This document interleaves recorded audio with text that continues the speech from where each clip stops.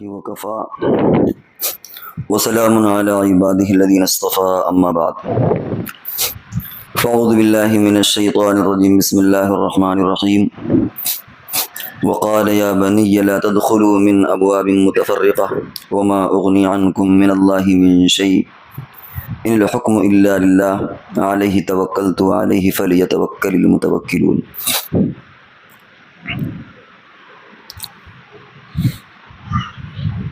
یہ جو آیت آپ کے سامنے پڑھی گئی،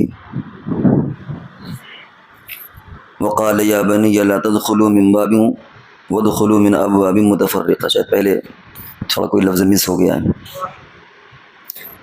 حضرت یعقوب علیہ السلام نے اپنے بیٹوں کو نصیحت کی تھی کہ اے میرے بیٹو لا تدخلوا من باب واحدہ، مصر جاتے وقت ایک دروازے سے مت داخل ہونا بلکہ کئی دروازوں سے داخل ہونا، اور اللہ کا جو منصوبہ ہے وہ ہو کر کے رہے گا، جو تقدیر اور قسمت میں ہے وہ ہو کر رہے گا۔ یہ ایک تدبیر ہے اور میں اللہ پر بھروسہ کرتا ہوں، اور توکل کرنے والے بھی اللہ ہی پر بھروسہ کرتے ہیں۔ واقعی کی تفصیل میں نہ جا کر اس وقت اس آیت سے یہ بات بیان کرنی ہے جو مفسرین نے لکھا ہے کہ انسان کی نظر جس کو کہتے ہیں لگ جاتی ہے کبھی۔ یوسف علیہ السلام کا واقعہ عام طور سے مسلمانوں کو پتہ ہوتا ہے کہ کنویں میں ڈالے گئے، پھر بیچے گئے اور مصر میں جیل میں رہے، اور بالآخر ایک وقت آیا کہ وہ مصر کے بادشاہ بنے۔ مصر میں قحط پڑا، دوسرے علاقوں میں بھی قحط پڑا، اور یوسف علیہ السلام نے خاص تدبیروں سے کچھ انتظام کیا اس کا، اور نہ صرف اپنے ملک بلکہ دوسرے ملکوں میں بھی راشن تقسیم کیا۔ یہ بھائی اسی راشن لینے کے لیے آئے تھے، 10 بھائی تھے، ہٹے کٹے جوان تھے۔ یعقوب علیہ السلام نے نصیحت کی کہ دیکھو جب تم مصر میں داخل ہونا تو اس زمانے میں شہروں کے پورے ارد گرد ایک دیوار ہوتی تھی کہ کوئی اچانک رات میں کوئی گھس نہ آئے، اور اس پر پہرے ہوتے تھے، بہت سے دروازے ہوتے تھے۔ آج بھی ہندوستان کے بہت سے ایسے قدیمی شہر، تاریخی شہر ہیں جہاں وہ فصیلیں ہوتی ہیں۔ دہلی گیٹ میں بھی اگر آپ دلی میں دیکھیں تو یہ اجمیری گیٹ ہے، یہ دلی گیٹ ہے، اور یہ فلاں گیٹ ہے، یہ گیٹ اسی سے انٹری ہوتی تھی، اس کے علاوہ انٹری ممکن نہیں۔ تو مصر کا بھی اسی طرح نظام تھا۔ یعقوب علیہ السلام نے نصیحت کی کہ اگر تم ایک ساتھ داخل ہو گئے تو شاید کسی کی نظر لگے، حالات بھی ٹھیک نہیں ہیں، کوئی یہ سمجھے کہ شاید لٹیروں کا قافلہ ہے، اور یا یہ کہ کسی کی نظریں اٹھیں گی تمہاری طرف کہ 10 خوبصورت جوان کہاں سے آئے ہیں، کہاں کے ہیں، کہاں جا رہے ہیں۔ لہذا جو مصر کے الگ الگ دروازے ہوں گے تو پھٹ کر ایک ایک دو کر کے اس میں داخل ہو جانا۔ اس سے ایک پیغام یہ دینا ہے کہ حدیث میں آتا ہے کہ العین حق، نظر حق ہے، کبھی کبھی نظر لگ جاتی ہے۔ اور پھر نبی اکرم صلی اللہ علیہ وسلم نے اس کی ترکیبیں اور تدبیریں بھی بتائی ہیں کہ ایسے وقت میں ہم کو کرنا کیا ہے۔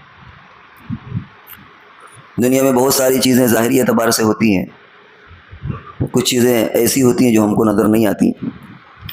اللہ تبارک و تعالیٰ نے وہ چیزیں پیدا کر کے ان کا علاج اور تدارک بھی بتایا۔ اگر اللہ نے بیماریاں پیدا کی تو دوائیں بھی پیدا کی، آپ دواؤں کو کھوجیں، ان کو تلاش کریں اور اپنے بیماری کے اعتبار سے ان کا استعمال کریں۔ یہاں یہ سوال بے معنی ہے کہ اللہ نے بیماری پیدا ہی کیوں کی؟ اللہ تعالیٰ حکیم ہے، حکمت والے، وہ جانتے ہیں کہ کیا پیدا کرنا ہے کیا نہیں پیدا کرنا ہے، ایک ایمان والا یہ سوچ بھی نہیں سکتا۔ تو اسی طرح نظر بھی حق ہے، لگ جاتی ہے کبھی کبھی۔ حضور صلی اللہ علیہ وسلم نے فرمایا کہ العین عین حق، نظر کے معنی آئے آنکھ، اور حق معنی یہ بھی ثابت ہے، اس کا بھی اپنا ایک اثر ہوتا ہے۔ چنانچہ ایک صحابی تھے حضرت سہل بن حنیف رضی اللہ تعالیٰ، وہ نہا رہے تھے، ایک دوسرے صحابی عامر بن ربیعہ انہوں نے دیکھا سہل بن حنیف ہٹے کٹے خوبصورت تھے، ان کی نظر لگ گئی کہ اتنا اچھا بدن تو عورتوں کا بھی نہیں ہوتا، اور بہرحال وہ ایک نظر لگنا تھی، اور اسی وقت وہ گر گئے بے ہوش ہو کر کے۔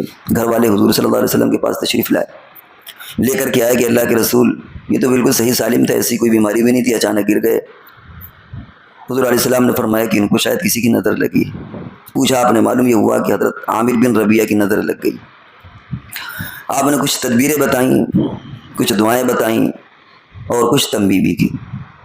پہلے تو حضرت ربیعہ پر عامر بن ربیعہ پر ناراض ہوئے کہ تم نے جب دیکھا تو ماشاء اللہ کیوں نہیں کہہ لیا تھا، اس کو اللہ کی طرف منتقل کر دیتے۔ تو وہ جو نظر بد کا اثر ہے، بد ہونا ضروری نہیں ہے، بلکہ جو نظر، کیونکہ کبھی کبھی ماں باپ کی نظر بچے پر لگ جاتی ہے، اپنوں کی نظر لگ جاتی ہے، تو فرمایا کہ ماشاء اللہ اگر کہہ لیتے کہ اللہ ہی کے لیے ساری خوبیاں ہیں، اللہ نے کتنی اچھی اچھی چیز پیدا کی ہیں، تو وہ جو اس کا اثر ہے وہ نہیں ہوتا، اور تم نے یہ بات نہیں کہی۔ پھر ایک تدبیر تو آپ نے یہ بتائی کہ وضو کرو، اور وضو کر کے وہ پانی ان پر چھڑک دیا جائے یا ان کے اوپر ڈال دیا جائے، اور کچھ اور تدبیریں بھی آپ نے دعاؤں کی لائن سے سکھائیں اور بتائیں۔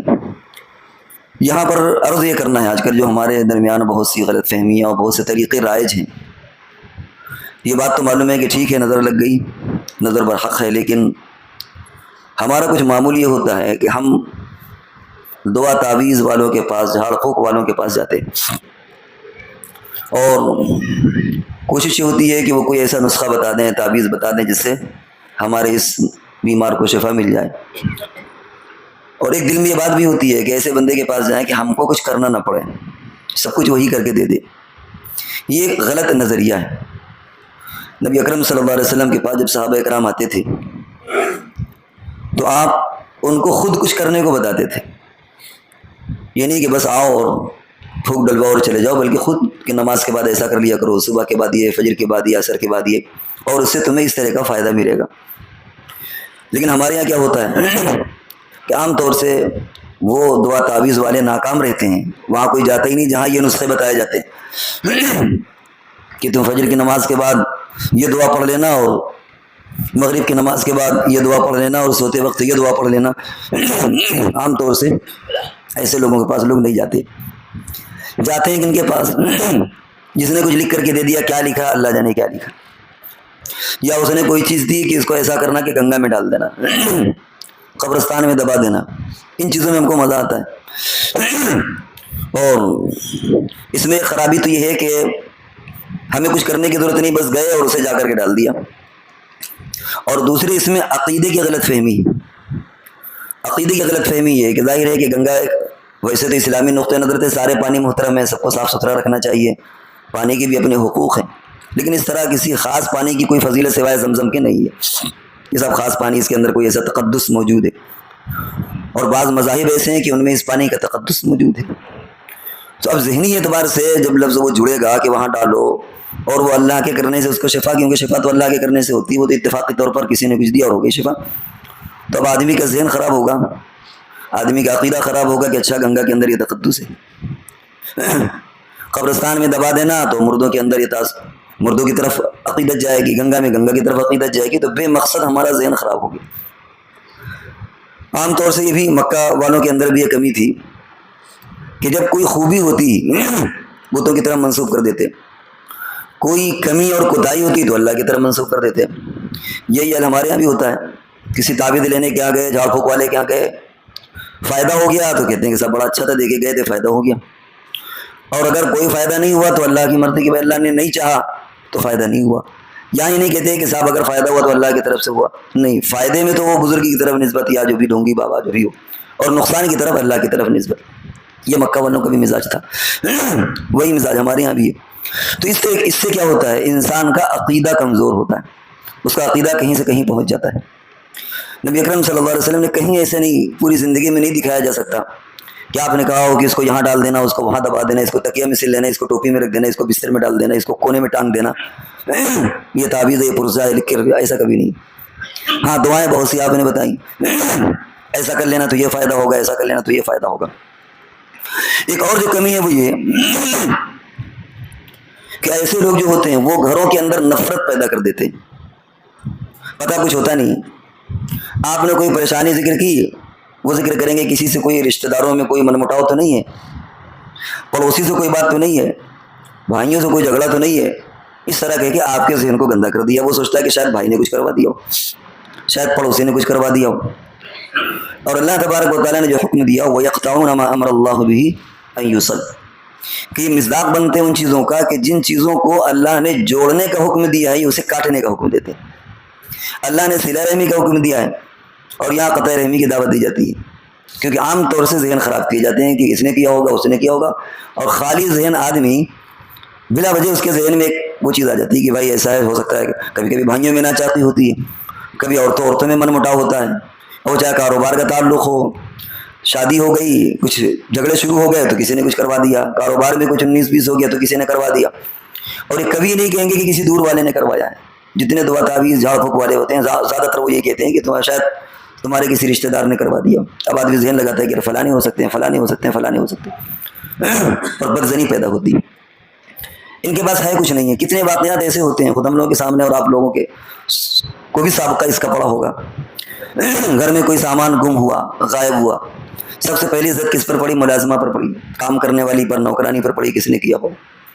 عرصے کے بعد وہ چیز گھر میں مل جاتی ہے، تب ہوتا ہے کہ یار بلا وجہ ہم نے اس کمزور پر ظلم کیا، اس پر سختی کی، اور بعد میں پتہ چلا الماری میں کہیں وہ چیز ڈبہ چھپا تھا زیورات کا، اور صفائی میں وہ پٹ سے گر گیا اور آپ کے ہاتھ میں آ گیا، اور کیا سے کیا FIR اور نہ جانے کیا کیا ہو گئی، بعدیں پتہ چلا کہ وہ گھر کے اندر وہ ڈبہ۔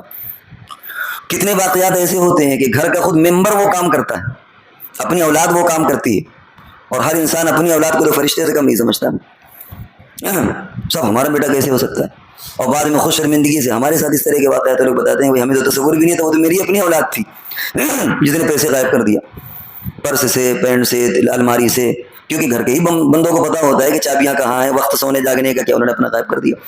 کچھ لوگ ایسے کہتے ہیں کہ یار پتہ نہیں کیا ہو کہ جنات اٹھا کے لے جاتے ہیں کیا، اور کیا جنات ایسا کر بھی سکتے ہیں؟ کیا جنات ایسا کرتے ہیں نا، انہیں کہلوانے کی کوشش کہ ایسا تو ہوتا ہوگا، پتہ نہیں کیوں ہمارے گھر سے پیسے غائب ہوتے رہتے ہیں۔ بے جنات ایسا ویسا کچھ نہیں کرتا، اللہ نے ان کو یہ طاقت نہیں دی کوئی اس طرح لوگوں کے پرس سے پیسے نکال لے، اللہ نے ان سے یہ طاقت سلب کر لی ہے کہ وہ اس طرح کے نقصانات آپ کو پہنچائیں۔ تو اس لیے ہم کیا کرتے ہیں کہ ایسے لوگوں کے پاس گئے جو دعا تعویذ جھاڑ پھونک والوں کے پاس، اور جانے کے بعد انہوں نے کیا کیا، وَيَقْطَعُونَ مَا أَمَرَ اللَّهُ بِهِ أَن يُوصَلَ، کہ جن رشتوں کو جوڑنے کا حکم دیا اللہ نے، صلہ رحمی کرو، وہاں وہ کیا کرتے ہیں اور تلواریں چلوا دیتے ہیں اور قطع رحمی پیدا کر دیتے ہیں، آدمی اپنوں سے بدظن ہو جاتا ہے۔ نبی اکرم صلی اللہ علیہ وسلم نے بہت سے ہم کو نسخے بتائے، لیکن ان نسخوں کے عمل کرنے پر ہمارا من نہیں آتا، کیونکہ ہمیں چاہتے ہیں کہ اب لقمہ بھی کوئی چبا کر کے دے دے۔ اتنے کاہل ہو گئے ظاہری اعتبار سے، باطنی اعتبار سے، کہ اگر کوئی سننے میں آئے کہ شاید کوئی سائنسداں تیار کر رہے ہیں کہ کوئی ایسی مشین بنا دے جس میں لقمہ بھی چبا کر کے آپ کو مل جائے، کیونکہ اب تو آٹا گوندنے کی مشین، روٹی پکانے کی، ہر چیز کی، کپڑا دھلنے کی ہر چیز کی مشین آ گئی، اور ہمارا جسم بیماریوں کا ٹھیکرا بن گیا ہے، کیونکہ جب کچھ کریں گے نہیں تو بیماریاں لگیں گی۔ اور شاید کوئی لقمہ چبانے والی بھی آ جائے کہ بلا وجہ اس میں کچھ ٹینشن کرنا پڑتی ہے، چبایا وہ لقمہ ہم کو مل جائے اور ہم کھا لیں، تو ہمیں کچھ کرنا نہ پڑے۔ نبی اکرم صلی اللہ علیہ وسلم نے چھوٹے چھوٹے بڑے خوبصورت نسخے بتائیں، لیکن اتنا بھی ہمارا من آمادہ نہیں ہوتا۔ اس شہر کے اندر الحمدللہ بہت سے لوگ علماء کے پاس جاتے ہیں، دعا تعویذ والوں کے پاس جاتے ہیں، ان کے یہاں کم لوگ پہنچتے ہیں جو نسخہ آپ کو بتا دیں اس طرح کہ بھائی فجر کے بعد یہ جملہ کہہ لیجیے گا، یا مغرب کے بعد یہ کہہ لیجیے گا، 100 مرتبہ یہ دعا پڑھ لیجیے گا، مختصر چھوٹی سی دعا۔ وہاں لوگ نہیں جاتے، ایک بار گئے تو پھر من نہیں۔ ہاں وہاں زیادہ جاتے ہیں جہاں اس طرح کی چیزیں ہوں کہ غلط فہمی پیدا کی جائے، دشمنیاں پیدا کی جائیں، اور وہ آپ کو اینٹ بھی رہا ہے کسی نہ کسی عنوان سے، زعفران کے نام سے اینٹ رہا ہے، اس کے نام سے، اس کے نام سے، وہ کسی نہ کسی عنوان سے، گنگا میں چلے جانا، اتنا گھس جانا، یا یوں کرنا، یہ وظیفہ، سب اس طرح کی چیزیں واحیات میں شیطان ہمارا زیادہ من لگاتا ہے۔ بہرحال نبی اکرم صلی اللہ علیہ وسلم نے جو نسخے بتائے ہیں، آپ نے فرمایا کہ دیکھو پہلا کام تو یہ کرو کہ اگر اللہ نے نوازا ہے تو اظہار کرو نعمت کا، وَأَمَّا بِنِعْمَتِ رَبِّكَ فَحَدِّثْ، تاکہ تمہیں غریب سمجھ کر کے کوئی زکوٰۃ نہ دے، لیکن اگر کہیں ڈر یہ ہے کہ لوگوں کی نظر لگے گی تو پھر نعمت کا اظہار مت کرو۔ ایسے علاقے میں کہ لوگوں کی ہائے لگ رہی ہے تو چمچماتی گاڑیاں بہت مہنگی مت خریدیے، سمپل زندگی گزار لیجیے، علاقہ بدل دیجیے۔ تو پہلے تو ایسی جگہ پر مت اپنے آپ کو چھپانا بھی ہے جہاں پر ضرورت محسوس ہو، ایسی جگہ پر آدمی اپنے آپ کو چھپا سکتا ہے۔ اسی طریقے سے آپ نے جو نسخے بتائے وہ فرمایا کہ ایک تو ظاہری وہ نسخہ کہ وضو کر کے اگر کسی کے بارے میں، اچھا جہاں تک تعلق آنکھ کا ہے، نظر لگنے کا ہے، اگر کسی کو معلوم ہو کہ ہماری نظر لگے تو بتا دینا چاہیے، اس میں کسی کو برا نہیں لگنا چاہیے کہ بھائی آپ کیا ہائی لگایا کرتے ہیں کیا ہمارے بچوں پر، کیونکہ ماں باپ کی بھی نظر لگ جاتی ہے، تو کہہ دیں بھائی میری نظر لگ گئی ہے، اور حدیث میں یہ آیا ہے کچھ پڑھ کے پھونک دیں یا وضو بنا دیں، آپ پانی اس پر چھڑک دیں۔ یا کوئی آدمی آپ سے پوچھے کہ صاحب آپ کی نظر لگ گئی، تو آپ برا نہ مانے کہ صاحب کیا ہم یہی کرتے رہتے ہیں کیا، آج تو لڑائی ہو جائے نا، اگر آپ کسی سے کہنے کہ صاحب ایسا لگتا ہے کہ آپ نے ہماری بچے پر نظر لگا دی، تو آپ آستین چڑھا لے گا آپ سے لڑنے کے لیے، تو ایسا بھی نہیں کرنا چاہیے بھائی۔ جب ماں باپ کی نظر لگ سکتی ہے، محبت کی نظر لگ سکتی ہے، تو کوئی بھی آدمی دیکھے گا ماشاءاللہ نہیں کہہ سکا، کوئی وجہ تو لگ سکتی ہے، تو جو اس کا عمل ہے وضو کرنے کا وہ آدمی کر دے۔ باقی حضور علیہ السلام نے فرمایا کہ یہ دعائیں پڑھیں، اعوذ بکلمات اللہ التامات من شر ما خلق، ہم اللہ کے کلمات، اللہ کی خوبیوں، اس کی صفات کی پناہ میں آتے ہیں، اس سے تحفظ چاہتے ہیں، ان تمام چیزوں سے جو اللہ نے پیدا کی. اللہ نے شر بھی پیدا کیا، وہ اس کی حکمت ہے، اللہ نے خیر بھی پیدا کیا. ایک اور دعا حدیث میں آتی ہے، اعوذ بکلمات اللہ التامات من کل شیطان، اے اللہ ہم ہر شیطان کے شر سے آپ کی پناہ میں، آپ کی حفاظت، آپ کی کسٹڈی، آپ کے تحفظ، آپ کے پناہ گاہ میں آتے ہیں. اور ہر ہامہ کہتے ہیں کیڑے مکوڑے، حشرات الارض، ان چیزوں سے، سانپ بچھو، ان چیزوں سے آپ کی پناہ میں آتے ہیں. اور ومن کل عین لامہ، اور ہر ملامت کرنے والی یا نظر لگنے والی آنکھ سے بھی اللہ کے تحفظ میں آتے ہیں. یہ دعائیں پڑھ کر کے پھونک دے. چاروں قل ہیں، عام طور سے مسلمانوں کو یاد ہوتی ہیں، سورہ فاتحہ ہے، آیت الکرسی، چاروں قل اور درود شریف پڑھ کر کے یہ ہر بندے کو تقریباً یاد ہوتی ہے. پڑھ کر کے دم اس پر بچے پر کر دے، اپنے اوپر کر لے، پانی پر دم کر کے پھونک دے، ہاتھ پر پھونک کر کے اپنے جسم پر مل لے، گھر میں حصار بنا دے. یہ ساری چیزیں اگر ہم کر لیں تو کون سی مشکل ہے؟ سوتے وقت ہے، صبح کے وقت ہے، کسی وقت آپ اس عمل کو کر سکتے ہیں. لیکن اس پر ہم کو مزہ نہیں آتا. ہم تو جائیں گے لوگوں کے پاس جو ہمارے پیسے بھی خرچ کروائیں گے، ہمارا عقیدہ بھی برباد کریں گے، اور نہ جانے کیا کیا ہم سے کروائیں گے. ہم کو جس تماشے میں زیادہ مزہ آتا ہے. تو اس لیے ہمیں ان تدبیروں کی طرف آنا چاہیے جو نبی اکرم صلی اللہ علیہ وسلم نے ارشاد فرمائی، اور اللہ پر توکل کرنا چاہیے. تدبیر ہمارا کام ہے، آگے اللہ کا کام ہے. شفا ملنا نہ ملنا اللہ کا کام ہے. بعض لوگوں کا مزاج تو یہ ہے کہ وہ اتنا توکل کرتے ہیں کہ تدبیر کو چھوڑ دیتے ہیں، وہ تدبیر کرتے ہی نہیں ہے. یہ بھی غلط طریقہ ہے. بعض لوگ اتنا تقدیر پر بھروسہ کرتے ہیں کہ پھر کہتے ہیں تدبیر کی کیا ضرورت ہے بھائی، بس ہر چیز تقدیر. یہ بھی غلط طریقہ. بیلنس یہ ہے کہ ہم اپنے طور پر جو ہم سے ہو سکے ہم کریں گے، یہ ہے تدبیر، اور ہم بھروسہ کریں اللہ پر. چنانچہ یعقوب علیہ السلام نے جب بھیجا تو ان سے یہی نصیحت کی کہ دیکھو تم تدبیر یہ استعمال کرنا کہ تم الگ الگ دروازوں سے داخل ہونا، لیکن یاد رکھو اگر اللہ نے تمہیں کوئی پریشانی کا یا تمہارے اوپر کسی مصیبت کا فیصلہ کر لیا ہے تو یہ تدبیر کام نہیں آئے گی، لیکن تم کو کرنا ہے. بندہ یہ نہیں کہہ سکتا، ایک بہت بڑا سبق ہے، بندہ یہ نہیں کہہ سکتا کہ صاحب جب تقدیر ہونا ہی ہونا تو ہم کریں کیا. دنیا میں یہی تو آزمائش ہے نا، اللہ نے اسی لیے ہم کو بھیجا ہے کہ تم کو یہ کرنا ہے. ہم اللہ کا کام الگ ہے، آپ کا کام الگ ہے. تو یعقوب علیہ السلام نے ما اغنی عنکم من اللہ من شیء، اگر اللہ نے کوئی فیصلہ کر لیا ہے تو یہ کچھ نہیں کام آ سکتا، لیکن تم کو یہ کرنا ضرور ہے، کیونکہ اللہ تبارک و تعالیٰ نے فرمایا علیہ توکلت، میں اس پر بھروسہ کرتا ہوں، وعلیہ فلیتوکل المتوکلون، اور اللہ پر بھروسہ کرنے والے بھروسہ کرتے ہیں. باقی آگے ہونا کیا ہے وہ اللہ کی مرضی ہے، ہوگا ہمارے ساتھ خیر کا معاملہ، لیکن ہمارا حال ہے کہ ہم توکل نہیں کرتے. توکل کا معاملہ حدیث میں آتا ہے جس طرح پرندے توکل کرتے ہیں کہ خالی پیٹ وہ صبح نکلتے ہیں. ایک حدیث ہے جس میں حضور علیہ السلام نے فرمایا لو انکم توکلون علی اللہ حق توکلہ لرزقکم کما یرزقون الطیر تغدو خماسا وتعود بطانا، کہ پرندوں کی مثال یہ ہے کہ ان کو اللہ کا اتنا بھروسہ ہوتا ہے کہ وہ صبح گھونسلوں سے خالی پیٹ نکلتے ہیں اور شام کو گھر پیٹ آتے ہیں. لیکن نکلنا ان کو بھی پڑتا ہے، ایسا نہیں کہ گھونسلوں پر بیٹھے رہیں اور ان کو دانا مل جائے، ان کو بھی نکلنا پڑتا ہے. اور کبھی شکار بھی ہو جاتے ہیں، کبھی مر بھی جاتے ہیں، نقصان بھی پہنچتا ہے، لیکن ان کو نکلنا پڑے گا. اور اللہ فرماتے ہیں کہ پھر ہم کو بھرا پیٹ واپس کرتے ہیں. ہمارا حال کیا ہے؟ ہم بھرے پیٹ نکلتے ہیں اور شام کو خالی پیٹ آتے ہیں. توکل نہیں ہے. صبح نکلے خوب، شام کو پہنچے بیگم سے سب سے پہلے کہ گرم روٹی چاہیے، صبح کے نکلے خالی پیٹ. یہ ہمارے توکل کا حال ہے کہ بھر پیٹ نکلے اور خالی پیٹ آئے. تو بہرحال اگر ہم توکل کریں گے تو اللہ تبارک و تعالیٰ اس کا ہمیں صلہ دیں گے، اجر دیں گے، اور اس کے فوائد ہم کو محسوس ہوں گے. تو اس وقت یہ جو باتیں آپ کے سامنے اس آیت کی روشنی میں کہی گئیں، خاص طور سے نظر کے تعلق سے اور جھاڑ پھونک اور دعا تعویذ والوں کے تعلق سے، ادھر ہمیں توجہ دینے کی ضرورت ہے. بہت زیادہ یہ چیزیں بڑھ رہی ہیں. بہت سے لوگ، خود ہم لوگوں کا اللہ کا شکر ہے، کبھی اپنے بچوں کے گنڈا تاگا کچھ نہیں ہے، مرنا ہوگا مر جائے گا، زندہ ہوگا روگا زندگی کیا، کبھی یہ باندھ دیا، کبھی وہ تعویذ، کبھی وہ تعویذ. اعلیٰ درجہ تعویذ حرام نہیں، بعد اس کی شرائط ہے. اگر قرآنی آیات لکھ دی جائیں، حدیث کے کچھ جملے لکھ دیے جائیں، چھوٹا بچہ نہیں پڑھ سکتا تو وہ گنجائش بھی ہے. کوئی کافر آیا تعویذ لینے کے لیے اس کو اس طرح کے کچھ جملے لکھ دیے جائیں، اس کی گنجائش ہے، وہ ایک الگ دائرہ. لیکن یہ جو ہمارے ہر چیز میں کوئی یہ باندھے، کوئی یہاں پر باندھے، کوئی یہ باندھے، کوئی عجیب عجیب چیزیں سب باندھے ٹہل رہے ہیں، ان کا شریعت سے کوئی تعلق نہیں ہے. تو ہمیں اپنے ایمان کو مضبوط رکھنے کی ضرورت ہے. ہم اگر جائیں تو ایسے لوگوں کے پاس جائیں جو کم سے کم کچھ ایسی چیزیں بتائیں جس سے ہمارا دنیا کا بھی فائدہ اور آخرت کا فائدہ ہو. اور فرض کر لیجیے دنیا کا نہ بھی فائدہ ہو تو آخرت کا فائدہ تو ہوگا ہی ہوگا. آپ جب فجر کے بعد کچھ جملے، کچھ چیزیں پڑھ لیں گے، مغرب کے بعد کچھ وظیفے پڑھ لیں گے، تو فرض کر لیجیے کہ دنیا میں نہ بھی فائدہ ہو، ویسے تو ہوگا، لیکن اگر ہم یہ آخری درجے مان لیں تو آخرت کا فائدہ تو ہوگا ہی ہوگا. اور دعا تعویذ اور جھاڑ پھونک والوں کے پاس جانے سے کیا فائدہ ہوگا، سوائے کہ عقیدہ خراب ہوگا، پیسے خراب ہو گئے، آپ کو کنفیوز کریں گے، وہ آپ کے اپنے درمیان دشمنیاں پیدا کریں گے، اختلافات پیدا کریں گے، قطع رحمی ڈالیں گے. یہ سب چیزیں ہو رہی ہیں. آخری بات، ایک صاحبہ کے لیے بھائی گھر میں ڈیگ ہے، وہ کہتا ہے کہ اتنا نکلے گا، اگر 10,000 روپے دے دیں تو ایسا کھدوائیں ہم. تو ہم نے کہا بھائی آپ یہ سودا کیوں نہیں کر لیتے کہ بھائی اگر ڈیگ ہے اس میں خزانہ بھرا ہوا ہے تو ایسا کریے کہ آپ پوری ڈیگ نکال لیجیے، ہم کو 10% دے دیجیے گا، باقی سب آپ رکھ لیجیے گا. دنیا میں کوئی بندہ ایسا نہیں ملے گا جو آپ کو اس فارمولے پر عمل کرے، جو کہ آپ کے گھر میں خزانہ دفن ہے، آپ نے ٹھیک ہے بھائی وہ سارا خزانہ لے لو، ہم کو خالی نمک کے برابر تھوڑا سا دے دینا. دنیا میں کوئی بندہ ایسا نہیں ملے گا. ایسے بہت سے ملیں گے جو آپ سے کہیں گے اتنے روپے دو تو ہم یہ بتا دیں گے. یا ایسے لوگ ہیں جو ڈائگنوز کرتے ہیں ان کے پاس دوائیں نہیں ہے، یہ کیا کرتے ہیں؟ خالی ڈائگنوز، وہ بھی غلط ڈائگنوز کرتے ہیں اور ان کے پاس دوا نہیں ہے۔ اناؤ کا واقعہ یاد ہوگا، 2-4 سال پہلے ایک صاحب نے کہا کہ صاحب مندر کے نیچے خزانہ ہے، حکومت نے بھی جی پی سی مشین لگا کر کے کھدائی کروائی، 1 ہفتے تک کھدائی ہوئی، نتیجہ صفر رہا، کروڑوں روپے برباد ہوئے کھدائی۔ تو یہ بہرحال یہ سب دنیا کے فراڈ ہیں، چیٹنگ ہے۔ ہمیں اپنے ایمان کو مضبوط رہنا چاہیے اور انجوائے کرنا چاہیے، اللہ پر بھروسہ کریں گے، ہر وقت آپ کو مزہ آئے گا، اور اس طرح الجھیں گے تو الجھتے چلے جائیں گے۔ اللہ تبارک و تعالی ہم سب کو عمل کی توفیق عطا فرمائے۔